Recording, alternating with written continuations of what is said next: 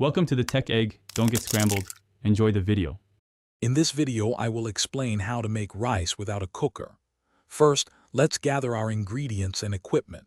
For most white rice, a good starting point is 1 cup of rice to 1.5 cups of water. Rinsing your white rice is crucial to remove excess starch, ensuring fluffy, separate grains. Finally, select a pot with a heavy base and a lid that fits snugly to trap steam effectively. Once your water is measured and brought to a gentle boil, add your rinsed rice. Stir it once, then immediately reduce the heat to its lowest setting and cover the pot. This creates a steaming environment.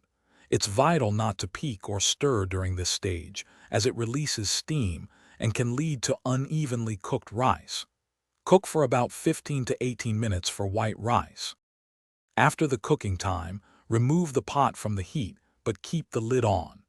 Let the rice rest for at least 10 minutes. This allows it to finish steaming and absorb any remaining moisture, resulting in perfectly tender grains.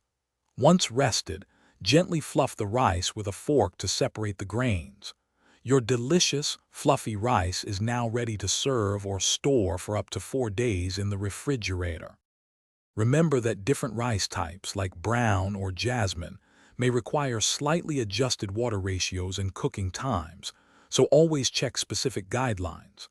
A small amount of salt or a pat of butter can significantly enhance the flavor of your rice. And speaking of staying refreshed, check out the Owala water bottle link in the description, along with other great deals. With these tips, you'll master stovetop rice in no time. Thanks for watching. Consider subscribing if I helped unscramble your problems.